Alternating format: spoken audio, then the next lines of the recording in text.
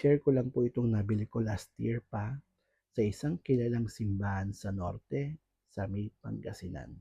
Pasensya na po kayo at nabasag na ito. Hindi ito yung original niya itsura. Ang sabit kasi ito sa pintuan. Kaya lang, mukhang sinadyang banggain ng aso ko yung pinto, kaya nalaglag ito at nabasag. Kaya nung pinulot ko, may napansin lamang po ako sa krus. Kung mapapansin nyo rin, sa bawat kanto ng krus ay may sinag ng araw. Wala man yung ahas sa likod ng Corpus Christi at wala man yung tinik.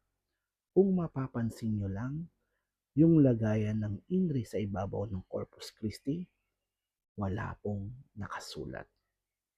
Para sa ating mga Katoliko, para sa ating simbahan, ang inri ay napaka-importante dahil ito ang pagkakakilanlan ng ating Panginoon Kristo bilang hari.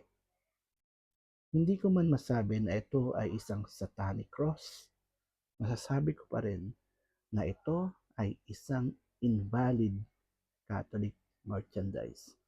Gaya ng paalala ng ating bagong Santo Papa Pope Leo, kung bibili tayo ng mga Catholic merchandise, sisiguraduhin natin na ito ay bibili natin sa mga authorized Catholic merchandise reseller, lalong-lalo na yung nasa loob ng simbahan.